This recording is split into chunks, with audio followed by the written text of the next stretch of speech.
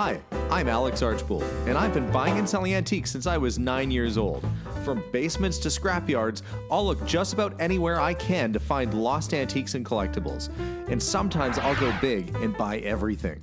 With my wife and kids, we run an antique shop in Edmonton, Alberta, Canada, filled with some of the most unique items we can find. I never know what's going to happen or who I'm going to meet. This is our life, this is our adventure, and this is Curiosity Inc. I'm home, honey. Hey everyone, well this morning I am excited. Not because of the weather, because it's really cold outside. I'm excited because I've got a pick this morning before I go into work. And the person whose house I'm going to apparently has a whole ton of 1980s toys. Stuff from my youth. So I feel like a big kid. I'm gonna go look through somebody's toy boxes and hopefully find a few treasures for the shop. But it's time to bundle up, get in the car, and brave this minus 40-degree weather that we've got out here. But it's gonna be nice and warm in the store, hopefully sorting through a box of toys later. Oh, another day in paradise. Luckily, the old Toyota started just fine. Should be nice and warm inside. But people always say, Alex, how do you find these leads? You're always going out places and finding cool stuff. Well, it's because I have a store. If I was just trying to do this without having a store, it would be very difficult to get leads. But having a business and advertising the way we do, we get lots of phone calls. And when I get a call like this, somebody says they have a house full of 1980s toys and Transformers and who knows what else is there, I respond like the world's nerdiest firefighter. I'm not gonna come there and put out your grease fire on your stove, but I am gonna go there and dig through your basement and pull out all your old GI Joes. That's fun for me. I'm looking forward to it. So I'm responding today to this call, and for me, all this stuff from the 80s, it's pop culture. And it's really easy to sell. It's popular. That's why they call it pop culture, I guess. It's like it's not non-pop culture or whatever you'd call it. It's all stuff that's very easy to sell because people who are my age are collecting things that remind them of their youth. Just like when I was a kid, people my parents' age were collecting stuff from the 50s. It all kind of goes in cycles until I guess maybe now the 50s would be retro for me, even because it was retro for my parents. I don't know. Eventually we're going to be walking around like cavemen with, logs and, and cheetah print loincloths going, yeah, it's super retro. For the time being, I'm going to focus on the toys I'm picking up today. Should be a fun morning though. And hopefully they'll let me film inside. If they don't, we'll do an unboxing after the fact. Yeah, this is a pretty big variety. Ninja Turtles.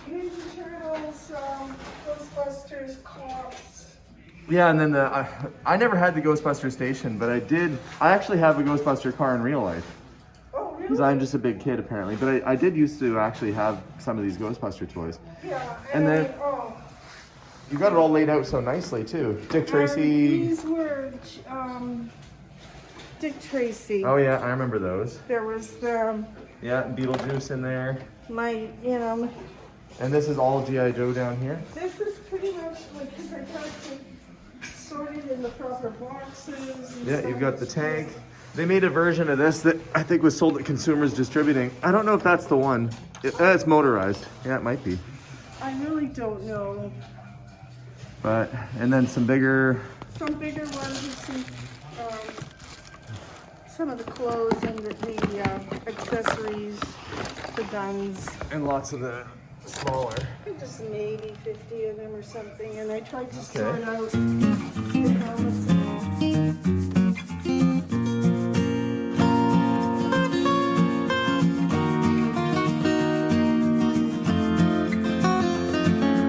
Well, that happened. Now I have a vehicle full of my childhood memories. I didn't have much of the Ghostbuster stuff because I was already kind of getting to be, like probably 12 or 13. I thought I was too cool, too old for toys. Little did I know that I would end up making a career out of buying and selling this stuff.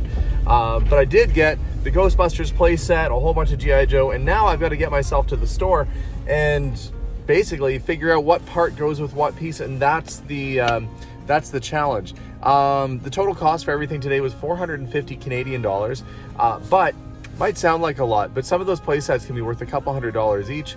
Ninja Turtle stuff is quite collectible, and if I have a complete set of Ghostbusters with the car and the station, that could probably get my money back right there. So surprisingly, old toys are worth some money. So we're gonna get back to the shop, and I guess play with toys for the rest of the day.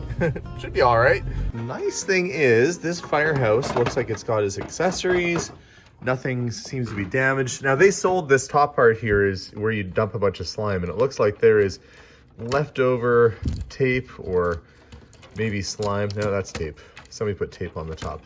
That's not as bad as I thought it was. I thought that was gross old ecto slime that was left on there from when somebody played it, because they would show you dumping the can of slime through the grates and it going all the way through. That's why there's grates here that go through, because that was meant to dump your slime in, and then your guys that get covered in gross slime. There's a little fire pole that works. Put that up at the top, you put your guy on it, they spin and go to the bottom. Kind of a fun little set. Problem I have is finding a place to put it.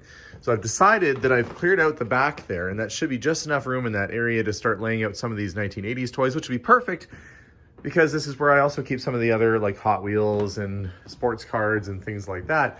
So it kind of makes sense that it's in this area. Well, I don't know. That, and then there's gonna be a Ghostbusters station there and a Brown Bess Revolutionary War gun above it. But hey, that's the variety you get in an antique shop. Kind of getting some of the stuff set up at the shop. We've got the Ghostbuster car in the firehouse. We got some of the Ghostbusters here. Oh, the siren works. Kind of makes a little squeaky siren sound. We've got some of our Ghostbuster friends here up on the roof fighting the Stay Puft Marshmallow Man. And if you're not familiar with this series, they also had these little figures like this that had special features. So when you squeeze Winston's arm here, he screams. So I guess he'd be like, hey, Winston, there's a ghost on the roof. He'd look at it and go, are you kidding me? And you can't even trust the little old ladies in this town, because if you try to take her hat off, whoop, she turns into a monster. Now, I've never tried taking a hat off an old lady walking down the street before, but I'm not sure. Maybe that would happen. So creative little toys that came out, and as a result, they're fairly popular today. So to find a collection this big with pretty much all the figures and extra accessories, and the play set is the main piece, the fact it's complete. Plus, I have a whole box that's completely full of all the little, anytime you buy a figure, one of these would probably come in the package. So you get these little accessories that go along with it too. So the trick for me now is to figure out what piece goes with what set. That might be a job for later when I have a little bit more free time, because I still have to unload the rest of that car. But yeah, some of this stuff, we'll find, maybe that's the tongue for this guy. I don't know. We'll play around. Actually, that looks about right. I'll keep playing around and see what I can figure out. Now, I wasn't sure what this was. It's labeled as Cops. It looks like it has some little features on it, definitely from the 80s. Oh, the little back comes off there. Probably could store stuff in it. I thought maybe it was like Judge Dredd or something like that. So it looks futuristic, but I'm starting to think it was Police Academy. Because I look in here, and look, there's Bobcat Goldthwait, his character. And like those Ghostbuster toys had features, so did he. When you push a little button on his back, he dropped his pants. So that's apparently how the world gets to memorialize him as an action figure. But there's Dick Tracy stuff in here. Look, there's Beetlejuice. It's the 80s all over again. Yeah, more Police Academy stuff. So apparently these little figures that had working functions and features were a big deal back in the day. That's, what's his name? Bob is here. You remember Police Academy, Bob? I do. Remember the guy that did all like the sounds? Oh, yeah,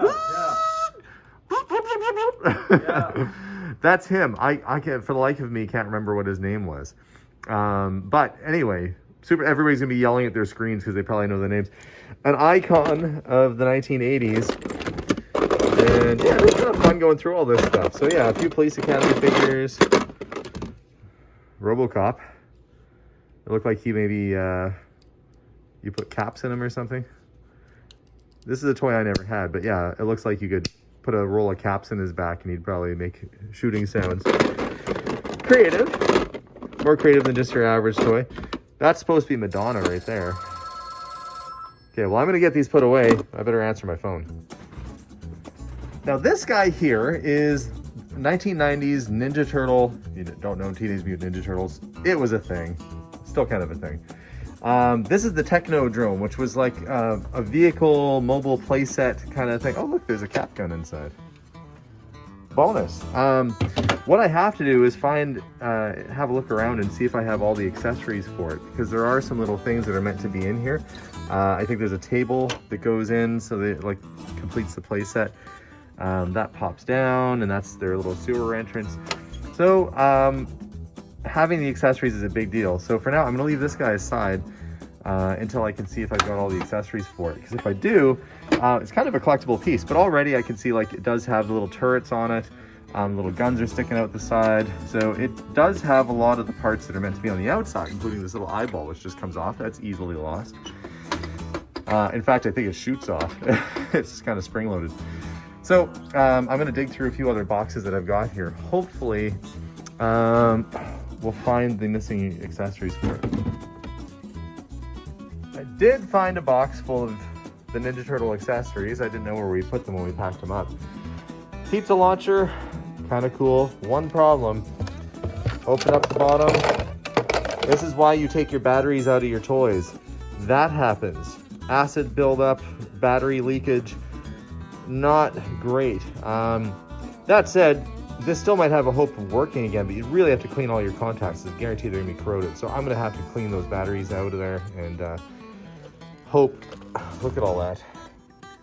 Get all that corrosion off of this thing. Take your batteries out of your toys, otherwise this will happen. Discussing old batteries are out, and it's not perfect, but it's a lot better, a little bit more cleaning, and I don't know. It's probably gonna take a little bit of doing before this thing will work again, but still, nice little piece for display.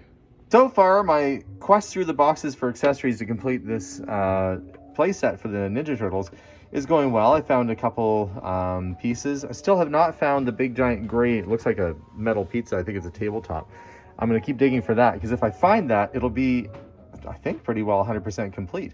So I'm gonna put these guys safely inside here so they're not lost, and continue my search for the big gray tabletop. Okay. Oh, look. Ba-ba-ba, there it is. Okay, well that set's complete. This is the process, you know, it seems all like fun and games, and then you have to go and build a little sewer place out or whatever. But lots of cool original 1980s and 1990s Ninja Turtle stuff that should sell pretty quickly. And some of these figures, you'd be surprised. There's one in here. I'm trying to find out where it is, and like there's such random little figures, but if you have the right one, they can be worth quite a bit of money on an individual basis. In fact, I was looking online, and there are some Ninja Turtle action figures that can be worth upwards of $1,000 each if they're still in their packaging. These are all loose. So this guy, Bebop, you know, he's really popular. He's got his blue shades, his high top sneakers. If that was in the original packaging, you're looking at $300 plus. In that shape, no, I don't know. We'll have to see if his accessories are there, but maybe even like $40, $50 or so, even loose. So a box like this full of figures can really start to add up, but that's going to take some time to go through. Now that the Ninja Turtle stuff is put away, I have a chance to go through some of the toy cars that I found as well. Some of them are kind of fun, little vans. There's always a market for this. These are actually Dick Tracy cars. Would have been rubber tires on there, which are missing, but that's all right. This is I think it's Majorette, like a Sonic Flasher vehicle. You used to be able to push like one of the wheels in. I mean, this was back in the day, and it would, oh look, it still goes.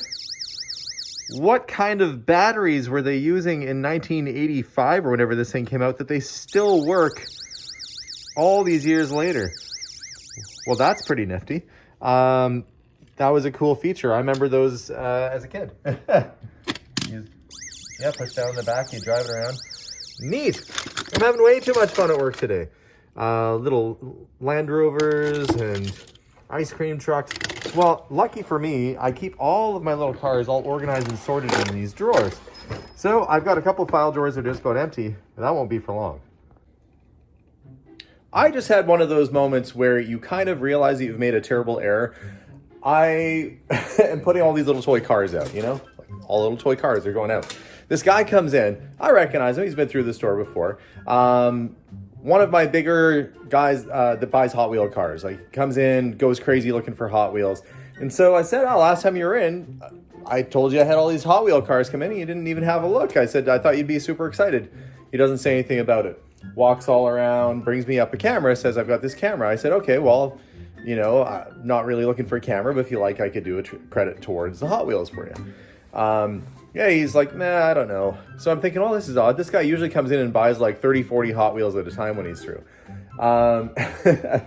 Then, you know, he's like, well, maybe I'll trade for some jam or something. We did. I traded a camera for some jam. That's what happened here.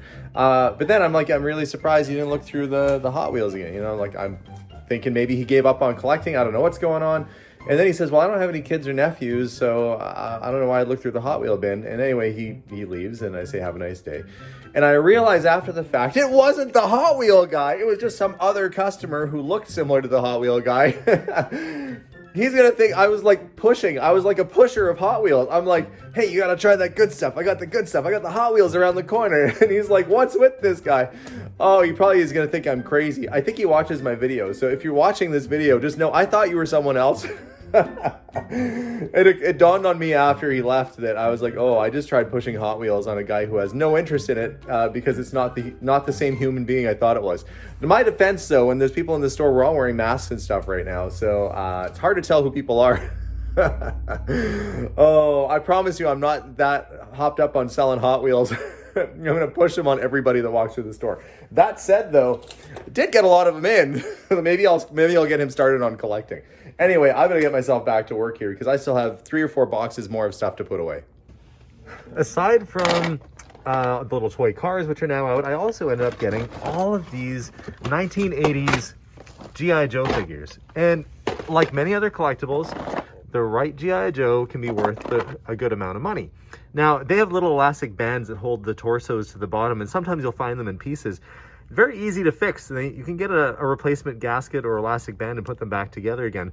These guys are all actually still pretty good. And the reason why they snap is that people twist them around and then it snaps the elastic inside. But these kids were very careful with their toys. And as I'm going through, I'm also seeing that there's bags full of accessories, which is what you want. So that's going to take some doing to go through to make sure that you have all the little right guns and accessories with the right people. And I look, even this bag is full of little weapons and accessories. So that's going to take more than today. I was assembling, though, some of these other sets, and that was complete. I got all the pieces for it. That's the Ninja Turtle set. The Ghostbusters set, that was all good. And, oh yeah, the sewer set. Found all the accessories for that too. But the one thing was this 1980s GI Joe set, and it's absolutely massive. The GI Joe headquarters from I think around 85 or so. Some people probably correct me if I'm wrong, but it's around that time frame. I think I have all the missing little bullets and accessories for it, but it's like 2 feet tall and 3 feet wide. How big was the average child's bedroom in 1986 that you could have toys that massive just sitting around? Unless that's your only toy you got. But I don't remember getting stuff that big. I always wanted the giant, they had a aircraft carrier and I thought that was the coolest thing.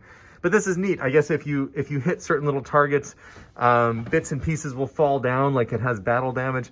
So I'm going to dig through the boxes and make sure I get all the parts for that. But it has been an absolutely full day of finding little toys and accessories. Oh, this 80s stuff is so fussy and finicky. You have to go online to find out that the pizza shooter top actually had that little rolly base bottom on it. But it's all worth it in the end because toys like this, like I said, can be worth, you know, hundreds of dollars. In fact, this unit, totally complete, can be worth over 500 bucks. So my investment will eventually come back to me, but it's going to take some time. That is it for today. It is past 5 o'clock. We're closed, and didn't even get through all that stuff. But it'll give me something to do next week. Until I go and buy the next lot of things, and then I have to take my time to go through it. It's this never-ending cycle, and on Saturday I'm going to look at another house that's completely hoarded full of stuff. Might buy that, you never know. It's just that never seems to quit. But have a wonderful day, guys. Thanks for tuning in. Don't forget to subscribe if you haven't already. There's always something happening around here. And thanks for watching, and bye for now.